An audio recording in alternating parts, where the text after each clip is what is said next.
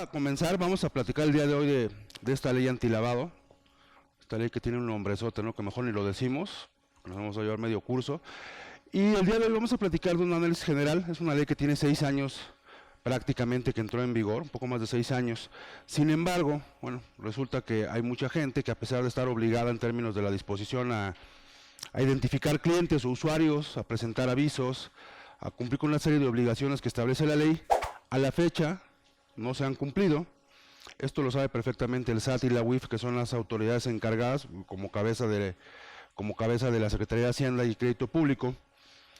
Y en la Ley de Ingresos para 2019 se establece, dentro de las disposiciones transitorias, la posibilidad de que aquellos que han incumplido con sus obligaciones se pongan al corriente, eviten las multas, que además son multas onerosas para efecto de la disposición, y puedan cumplir mediante la publicación de unas normas que se van a publicar en los primeros 2 meses, esperamos que sea en este mes de febrero, unas reglas que se van a publicar, y podamos ponernos al corriente. Mientras eso sucede, bueno, la idea de hoy es precisamente esa, que hoy analicemos la ley en su contexto general, que veamos cómo se cumple con las obligaciones en términos de la disposición, cómo tenemos que estar presentando los avisos y cuáles son las características principales del concepto. Por lo menos eso es lo que yo planteo, ¿no? La otra parte es la que ustedes estén esperando y que tengan como necesidad y como expectativa. Entonces, bueno, normalmente lo hacemos así, aprovechar el espacio y también orientarnos un poco hacia lo que ustedes quieren. Pues lo primero que tengo que hacer es conocer qué es lo que ustedes quieren. Entonces, eso les pediría primero, si me hacen una breve presentación y me dicen cuál es la expectativa que tienen el día de hoy, cuál es la necesidad particular que tienen, y si quieren de ahí empezamos, por favor, acá adelante. ¿Qué tal? Soy Ana Montero. Básicamente vengo a conocer los aspectos generales. Nosotros, bueno, yo represento a un grupo de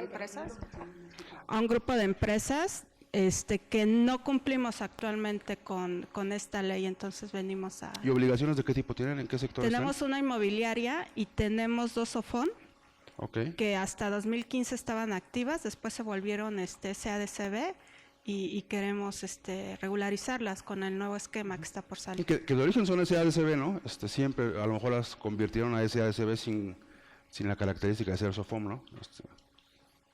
Me imagino. Tratamos de ser SOFOM por la cantidad de obligaciones que tienen y están tan reguladas que se decidió sacarlas de ahí, con sus respectivas multas, por supuesto. O sea, estaban como nacieron como SOFOM. Como empresas reguladas.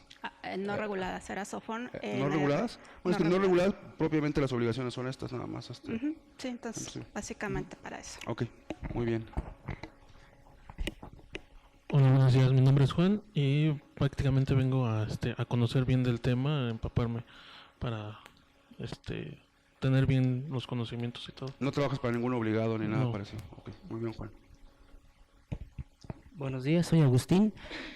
También vengo a aprender este tema, a complementar el conocimiento. Se tiene una empresa que es inmobiliaria, entonces nos va a servir esto. Ok, muy bien, Agustín. Buenos días, Marco Fernández, aquí de casa, trabajando. Nos interesa actualizarnos en la materia para brindarle seguridad y tranquilidad a nuestros clientes en cuanto a la asesoría y la protección de su patrimonio. Ok, muy bien, Marco. Buenos días, mi nombre es Ana Lilia Rivera y al igual que aquí el contador Marco, pues sí necesitamos realmente todos los recursos, todos los medios de defensa, si se puede llamar de alguna manera así, para que logremos con tranquilidad estar al corriente, ¿no? De acuerdo a las normas que ahorita ya tenemos que cumplir. Ok. Sí. Buenos días, mi nombre es Ixel Jiménez y conocer más sobre esta ley y estar más actualizado. Ok, muy bien. Hola, buenos días, mi nombre es Nora. Básicamente me interesa conocer el marco legal y enfocarme en los avisos de arrendamiento, ya que tenemos una inmobiliaria. Ok, muy bien. Gracias. Buenos días, mi nombre es Jessica y bueno, nada más es como saber un poco más sobre el tema. También trabajo en una inmobiliaria, entonces pues para saber. Ok, muy bien, Jessica. Sí. Mi nombre es Ricardo, estoy en un despacho, soy el socio director. Tenemos constructoras, personas morales, tenemos personas físicas también construyendo vivienda. Okay. Realmente el interés es conocer los detalles para cumplir con esta obligación. vemos que la autoridad ha hecho sumamente complejo el cumplir con esta obligación. Los avisos no han salido a tiempo. Bueno, como lo mencionabas anteriormente, van a salir reglas para poder dar cumplimiento a ello. Pero desde luego que es necesario conocer todo el ámbito por las multas excesivas en las que incurren los que incumplen. Así es. Pero en realidad yo parto de la base que la autoridad, lo menciono, lo ha hecho complejo, debió de hacerlo de una manera más plana para que todos estuvieran en posibilidad de darlo. Siento yo que también hay una situación muy, pues podría ser diversa en lo que toca al cumplimiento de repente. Oye, ¿es obligación del contador? ¿Es obligación del abogado? ¿Es obligación de los dos? Las empresas tienen tal capacidad económica como para tener al especialista y poder tener al abogado y al contador y al especialista fiscal. En realidad son una serie de cosas que en realidad sí vale la pena el analizarlos y desde luego ver la mejor manera de dar cumplimiento a toda esta normatividad. Y desde luego, pues ojalá que la autoridad con las siguientes reglas pues den la oportunidad de que se pueda cumplir adecuadamente. Claro, ¿Sí? muy bien, Ricardo. Sí, presidente, es uno de los temas, ¿no? Es uno de los temas que hay muchas cuestiones que son complejas, hay muchas cuestiones que quedan en el aire a veces, de repente no está todo en la ley. Tan es así que cuando tenía que haber entrado en vigor la ley, ¿quién va a tiendas departamentales? ¿Quién? Pues información de gente que, si no es delincuente, tiene dinero. Imagínense eso en las manos de personas, de delincuentes, de personas incorrectas, ¿no? Entonces, pero no se preocupen, aquí dice, se tienen que abstener de darle información a terceros. Es obligación también proteger la identidad de quienes proporcionan los avisos, el sujeto que lo hace dentro de la empresa, establecer disposiciones administrativas tendientes a cómo identificar o cómo hacerlo los avisos, cómo nos tienen que decir cómo se hacen los avisos, tomar medidas necesarias para facilitar el cumplimiento de la ley y evitar que el sistema financiero sea utilizado para participar en procesos de lavado de dinero. Estos son los objetivos generales de la ley. ¿Dudas que tengan de esto? ¿No? Ok. Entonces, dice el artículo 14, ¿cuáles son actividades vulnerables? Ya dijimos los del sistema financiero. Esas, por su propia naturaleza, esos per se, son actividades vulnerables. Y el artículo 17 dice que son actividades vulnerables las que a continuación se enlistan. Bueno, pero dice antes, son actividades vulnerables y por tanto objeto de identificación. Entonces yo aquí hablaría de 3 niveles hablando de esas actividades vulnerables. Así como yo las identifico. Las que son susceptibles, las que son vulnerables,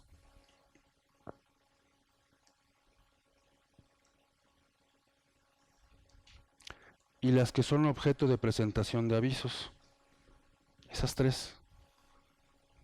¿Ok?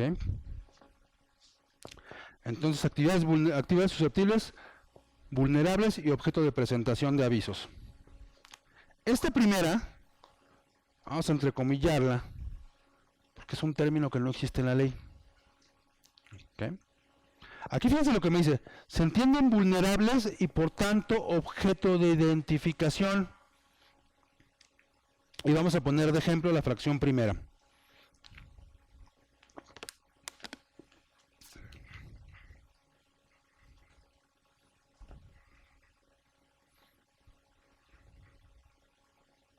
Se voy a remitir este cuadro que tienen ustedes aquí.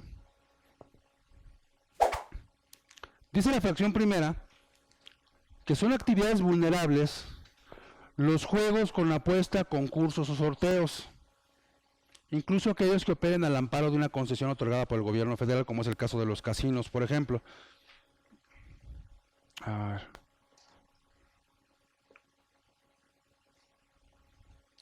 ¿Es que ya no se escucha que se quedó congelada la imagen o...? Ok.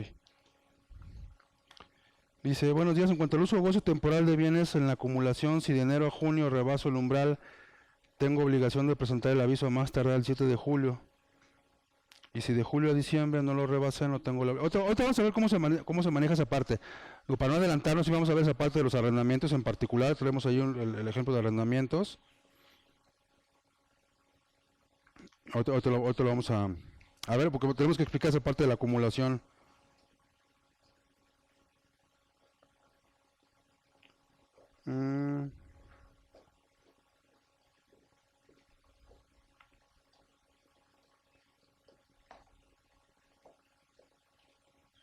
Bueno, esa parte de... Ahorita vamos a ver cómo se hace la acumulación. Pero a ver, vamos a poner ese que yo creo que es el ideal para explicar esta parte. Es muy sencillo. Dice, los juegos con apuesta, concursos, sorteos son actividades vulnerables. Lo que hacemos en un casino es una actividad vulnerable. O puede ser susceptible, vulnerable u objeto de presentación de avisos. ¿Quién de ustedes ha ido a un casino? Ha sido un casino, pero no en Las Vegas, aquí en México. Aquí en México. ¿Qué juegas? Maquinitas. ¿Qué más se puede jugar ahí?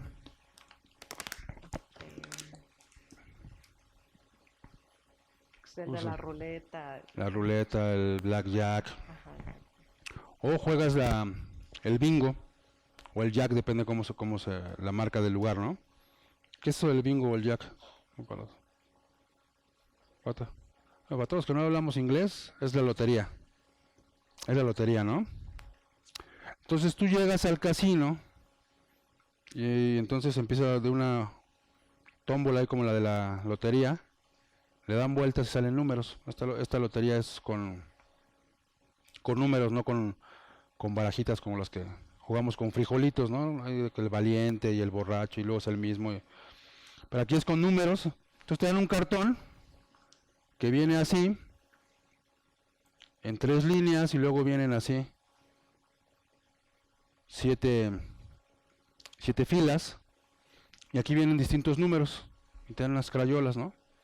Sale una bolita y la ponen ahí en todas las pantallas, y es el 25, marcas tu 25, y el 33, aquí hay 2 formas de ganar, o dos premios en cada turno.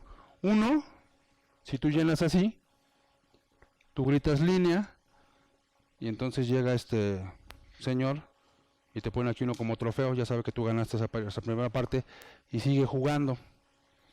Y si llenas tu cartoncito, depende de dónde estés, les decía, gritas bingo o gritas jack, es como gritar lotería, ya ganaste, ¿no? ¿Estamos de acuerdo? Como es una cadena, pues depende de muchos conceptos que aleatoriamente te pueden hacer ganar, no siempre el mismo premio, sino que hay acumulados y hay no sé cuántas cosas. Entonces puedes ganar mucho, puedes ganar poco. Dice, en general lo que se realiza de manera habitual en lo que se reporta, si tengo operaciones de arrendamiento, préstamos de mutuo entre parientes o personas de venta de casa habitación, de forma esporádica, estas no se reportan en el portal de lavado. Sí, ahorita vamos a ir ahorita vamos a ir a del crédito. Entonces caerían en el supuesto, si es que te prestan el dinero para que tú adquieras bienes, o arrendamiento financiero, podría caer en sistema financiero. Pero, por ejemplo, una SOFOM, regulada o no, cae en el supuesto, pero si está regulada, entonces tiene una disposición específica dentro del sistema financiero, cae el artículo 14. Pero si está no regulada, incluso se dice, las únicas obligaciones que tendría que cumplir una SOFOM no regulada son estas de lavado de dinero. ¿Por qué? Porque profesionalmente o habitualmente se dedican a ello. De hecho, de ahí es de donde obtienen los recursos con los cuales subsisten y operan. ¿Estamos de acuerdo? Ese es el primer punto. Sí, Marco. Doctor, ¿son las formas de cajas de ahorro? Podrían ser cajas de ahorro. O sea, yo me dedico a eso. Es mi caja de ahorro, la misma denominación. A eso te dedicas, a caja de ahorro, pero con el objeto de fomentar, además del ahorro, también la obtención de recursos temporales y momentáneos para quien pide el crédito. ¿Estamos de acuerdo? Entonces, aquí se rompería con aquellas operaciones que muchos piensan que lo tienen que hacer y que incluso además presentan los avisos. O sea, somos el grupo de 4 empresas, el conjunto de la comercializadora, la prestadora de servicios, la inmobiliaria, la arrendadora y la no sé qué tanto, pero de ellas, Cuando alguien nos vino a proponer, oye, vamos a hacer una inmobiliaria, y vamos a hacer esto y vamos a hacer lo otro, oye, pero ¿para qué tal? No, porque es una estrategia y te cobran, ¿no? Bueno, ¿y ahora qué hacemos con todas estas? Ah, bueno, eso ya es la segunda parte, pero eso yo tampoco sé para qué, ¿no? Pero tienes de todas. Y tienes una inmobiliaria y tienes inmuebles en todas. Y tienes una prestadora de servicios y tienes trabajadoras. Entonces, pues es un desastre, ¿no? Pero como ya se acostumbraron y ya es... Y entonces, la comercializadora, que es la que vende, es la que tiene recursos, dice, pero el personal está acá, ah, pues mándale dinero y préstale. Aunque alguien quien tiene la peor costumbre todavía, está mal, pero está peor todavía, dice, no, mándale a la inmobiliaria, por ejemplo, y que te facture. ¿Qué te facture? Pues pone servicios. ¿De qué? No, pues de servicios. Y ahora, pues, y que te facture, ¿no? Aunque no esté materializada la operación, aunque no sea real el concepto, ¿para qué esta deduzca? Si repartimos, y bueno, ¿y cuál fue la esencia? No, pues no hay esencia. Eso es una. Pero la otra es que esta, como pasa en muchos grupos, depósito, y préstamo.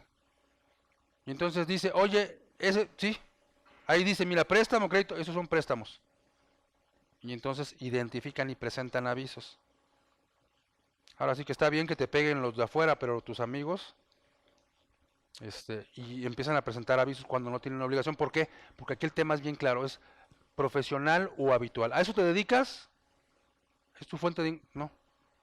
Pero sin embargo sí presto. ¿Estamos de acuerdo? Entonces, ¿cuándo tendría que presentar avisos? Primero identificar. Siempre que hay un préstamo, identificas. Cuando lo pongo aquí NA, significa que no hay umbral, no aplica.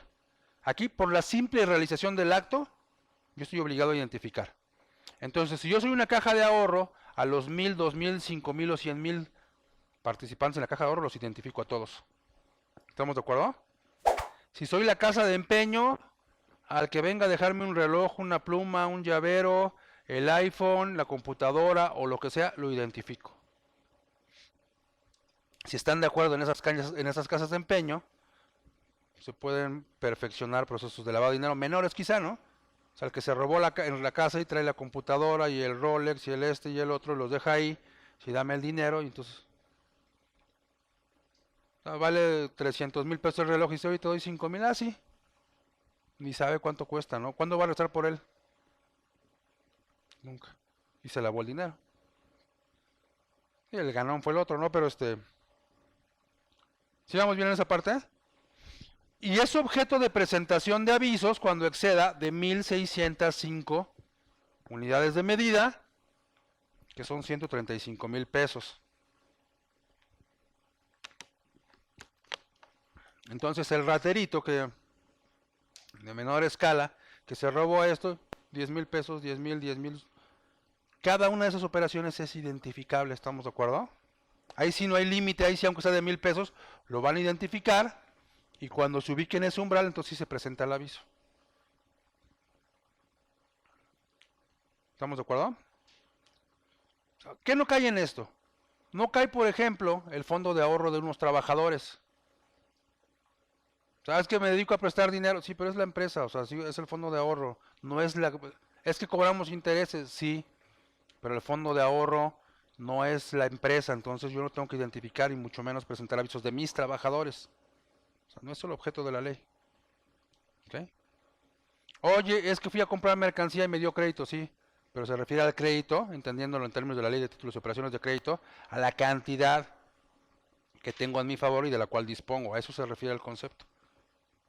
Y recordar, sobre todo, aquí estamos hablando de entes que no son sistema financiero. Así no me constituya en SOFOM, porque digo, a lo mejor como SOFOM tengo obligación, pero soy una empresa que dice objeto social. Esta empresa se constituye con el fin de otorgar préstamos a determinado sector social, económico, cultural, o lo que ustedes... Entonces sí caes en el supuesto porque tu objeto, tu actividad profesional o habitual, es la de otorgamiento de créditos. Ahí sí cae en el supuesto. ¿Estamos de acuerdo? ¿Dudas que tengan de esta parte? Y volvemos a la disposición específica, ¿no? Hablando de la construcción.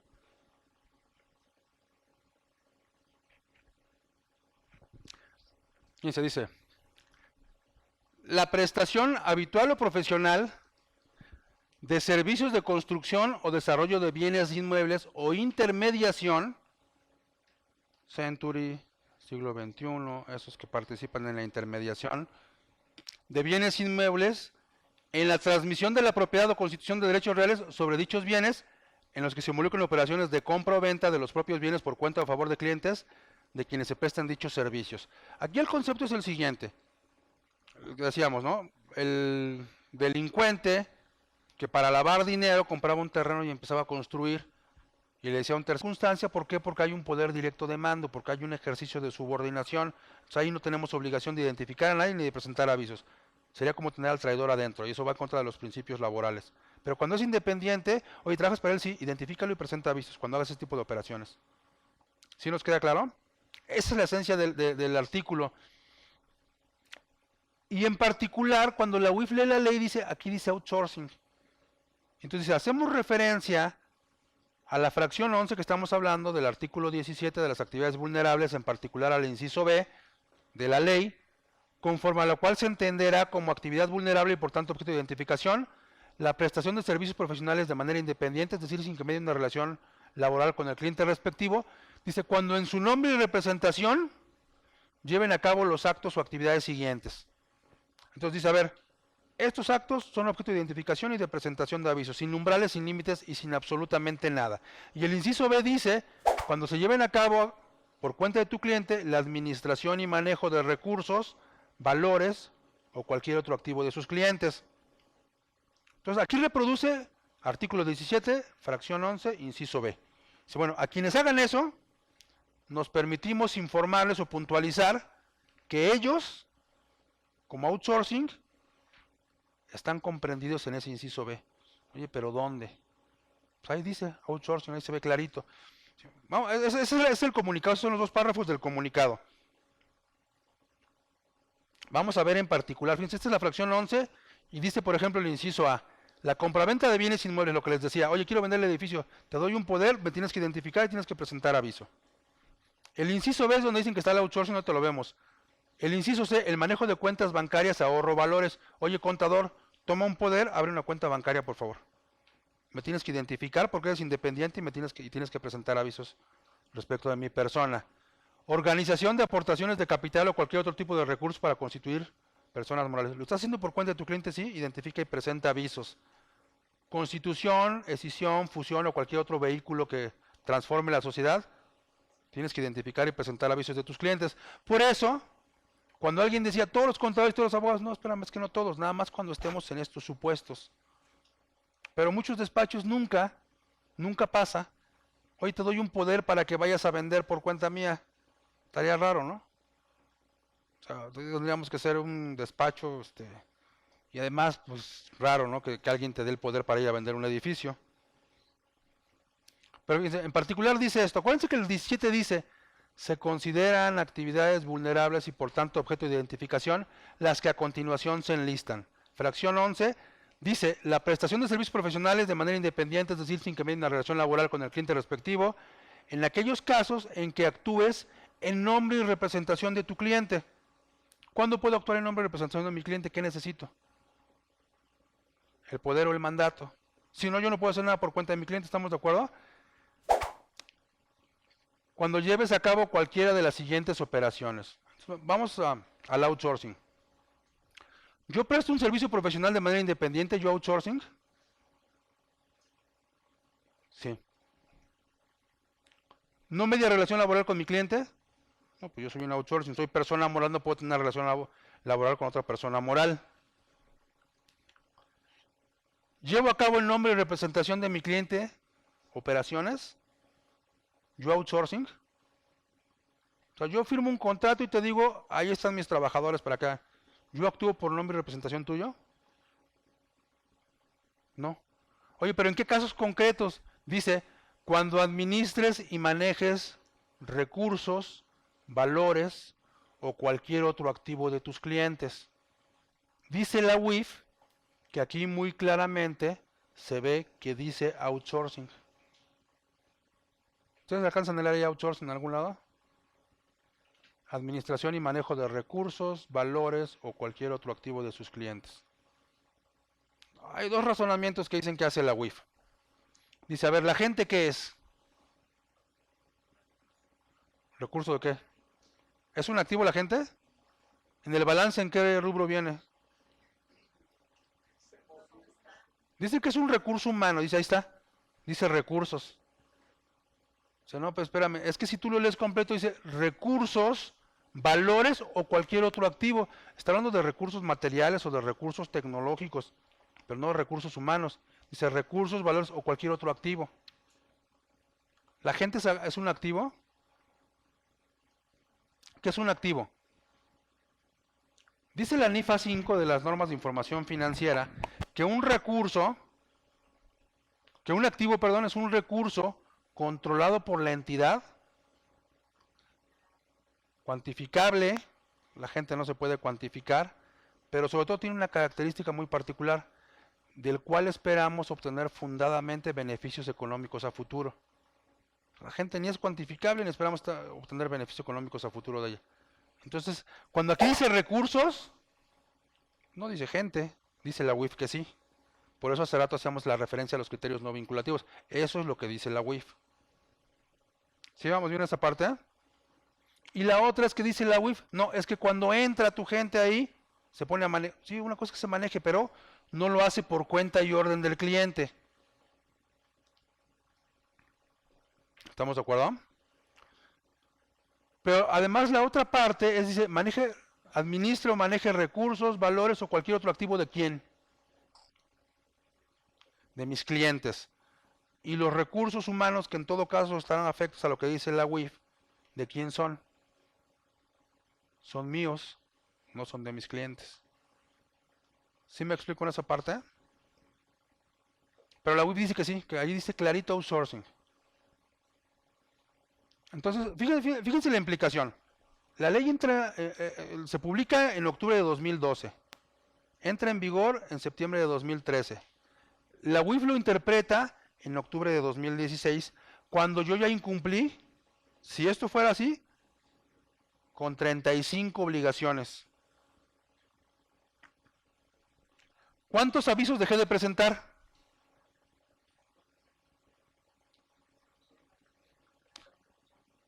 Tres años, pero ¿cuántos avisos?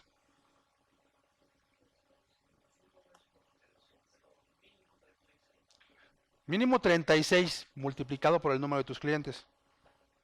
Si tienes 10, dejaste de presentar 360. ¿Cuántos me va a perdonar? Me va a multar por 359. ¿De a cuánto cada uno? De 17,000 pesos. Y entonces en ese tiempo sale el criterio y todo el mundo dice, no, es que ya dijo la UIF y entonces hay que hacer lo que diga la UIF y entonces vamos a arrodillarnos y ya nos cayó el outsourcing. Y, espérame, tranquilo. O sea, primero, a mi parecer ahí no dice eso, una. Si lo dijera, bueno, vamos a suponer que lo dijera. ¿Cómo presento el aviso? No había formato. No había formato. O sea, había mucha gente, y hay mucha gente que dice, bueno, ¿y quién va a saber más? ¿Tú o la unidad de inteligencia financiera? Y bueno, pues seguramente ellos, ¿no? Hasta por el nombre, ¿no? Unidad de inteligencia, han ser bien inteligentes. Entonces ellos, pero ¿cómo presento el aviso? Octubre, noviembre, diciembre, nunca nos dijeron nada. Y a finales de enero, sacan un aviso y lo incorporan a la página. O sea, si tú decías que yo estaba obligado, ¿estoy obligado desde cuándo? ¿Desde que dijo la UIF o desde que entró en vigor la ley? Desde que entró en vigor la ley, aunque la UIF haya interpretado después, ¿estamos de acuerdo? Pero si yo estando obligado no tenía un formato para hacerlo, entonces ¿cómo querías que lo hiciera? Pero de eso ya pasaron otros 3 años, ¿no? O sea, de eso ya pasaron otros 3 años y sigue la controversia y sigue quien dice que estamos obligados. Yo no es que me cierre y diga, oye, es que no hay que presentarlos. O sea, yo recomiendo incluso, oye, ¿es una empresa nueva de outsourcing? Sí. Presenta tus avisos, porque además es muy fácil. Es un cuadrito nada más. Un cuadrito de una hoja de Excel. Eso es la información. Es muy fácil además. Pero si tú ya tienes tiempo operando y tienes muchos clientes, o sea, piensa bien si vas a presentar tus avisos. ¿Por qué? Porque si